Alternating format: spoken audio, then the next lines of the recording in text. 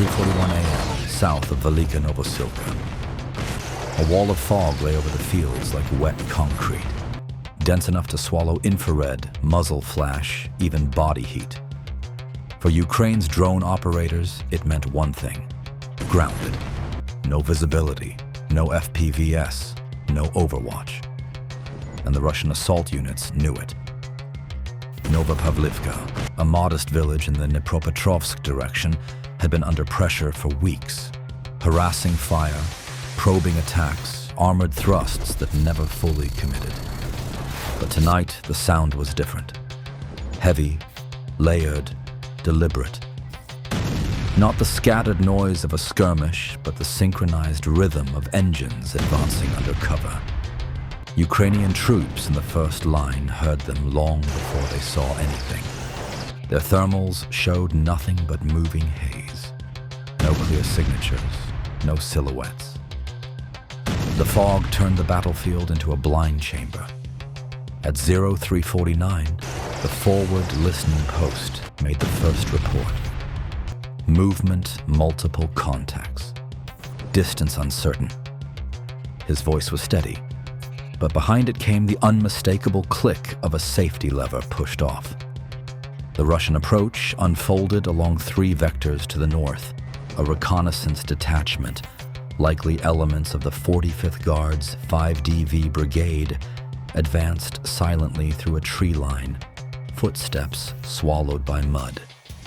To the south, pairs of BMP-3 infantry fighting vehicles crawled forward at reduced RPM. Lights blacked out, exhaust shields glowing faintly in the thermal spectrum. Between them moved infantry squads, tight formations, each carrying compact drone launchers they couldn't use in this weather either. On any normal night, Ukrainian FPVS would have already painted the ground with markers, identified staging points, disrupted assembly. But the sky was a uniform slab of gray. No depth, no horizon. The defenders were operating without their strongest asset. A blind line is a vulnerable line. And this one was minutes away from breaking. 3:52 a.m. The first Russian contact came not through sight, but through vibration. A low tremor traveled along the frozen soil. Tracks, not wheels. Something heavy, slow, and disciplined.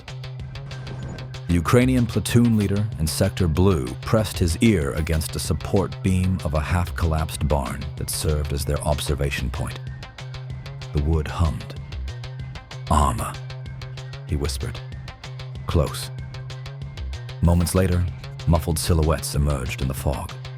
Barely shapes, more like shadows of intent, a BMP-3's turret rotated, not in full search mode, but in short, controlled arcs. Its gunner wasn't scanning for distant targets. He was looking for entrances, windows, silhouettes. Signs of resistance at point-blank range. Ukrainian defenders opened fire first. A PKM machine gun rattled from the second floor of a destroyed workshop, its tracers vanishing into the mist. No correction possible, no visual feedback. They were firing into a void and hoping it mattered. The Russian response was immediate. 2 AGS-17 automatic grenade launchers erupted, their shells punching into the buildings where the muzzle flashes had sparked. Each explosion turned windows into orange bursts, swallowed instantly by the fog. The defenders shifted positions, coughing through dust and plaster. At 3:55, the first breach occurred. Russian infantry, 30, maybe 40 men, stormed across a narrow lane, their outlines slipping through the fog like phantoms. They used the weather like armor. No drones watched them. No precision fire pinned them down. They were close enough now that the Ukrainians could hear their breath between bursts. A lone javelin team attempted an ambush, but the fog refracted the thermal lock. The seeker had pulsed, confused, unable to distinguish hot metal from wet ground. They held the trigger for 5 seconds. Nothing. Russian forces were inside the outer streets. The defenders had lost the perimeter. 3:58 a.m. The battle shifted from open ground to the first houses on Nova Pavlivka's western edge. What had been fields and tree lines turned into tight corridors of broken walls, narrow courtyards, and collapsed roofs. The fog settled between the buildings like a second enemy, obscuring everything beyond 10 meters. Ukrainian defenders fell back to pre-marked strongpoints, small intersections reinforced with sandbags and scavenged concrete slabs. These points were designed for one purpose: to delay, not to hold. Without drone coverage, no commander on the Ukrainian side could read the full picture. Every decision was based on sound, instinct, and fragmented radio calls. Russian VDV units advanced with unnerving coordination. They had trained for this exact scenario: low visibility, night penetration, compressed terrain. Their lead elements used handheld thermal images, the newest models with fog-penetrating algorithms. Not perfect, but enough to see body heat through the haze. At 4 a.m., the Ukrainian front line attempted its first organized counteraction. A three-man fire team positioned behind a collapsed wall waited until a group of Russian infantry closed to within 20 meters. Then they launched an RPG-16 thermobaric grenade from a shoulder-fired launcher. The blast tore through the fog like a rolling sun, flattening two men instantly and scattering the rest. But the victory was brief. Russian armor reacted with surgical precision. A BMP-3 turned into the street, firing a burst of 30mm high-explosive rounds into the Ukrainian firing position. The wall disintegrated. Shrapnel filled the air. The fire team was forced to withdraw deeper into the village. Across the sector, communication grew chaotic. Blue 2 is falling back. We've lost the corner house. Repeat, the corner is gone. No drone support, no eyes. The phrase repeated across the net like a mantra. We're blind. We're blind. And in the fog, blindness kills faster than bullets. 4:04 a.m. The Ukrainian second line, built around a cluster of garages and low cinder-block workshops, became the last coherent defensive position before the village center. The fog was thinning slightly, but only enough to reveal silhouettes and debris. Not enough for drones, not enough for thermal lock. Just enough to see the danger closing in. Russian infantry pushed forward using a pulse tactic. Squads advancing in tight bursts, stopping, scanning, and then surging again. Every time the Ukrainians fired, the fog betrayed them.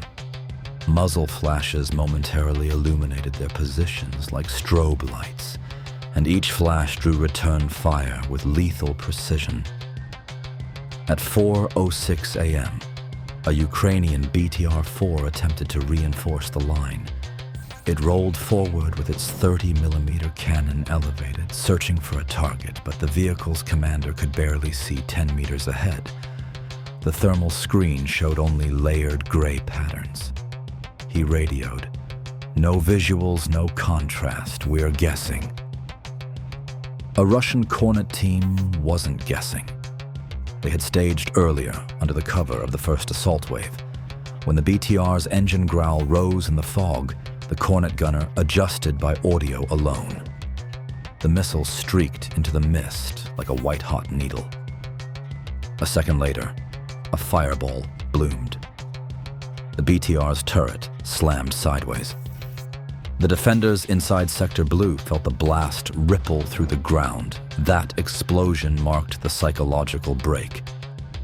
Russian troops pushed across the garages, clearing room after room with grenades and automatic fire. Ukrainian defenders, low on ammunition and without situational awareness, were forced into fighting withdrawals.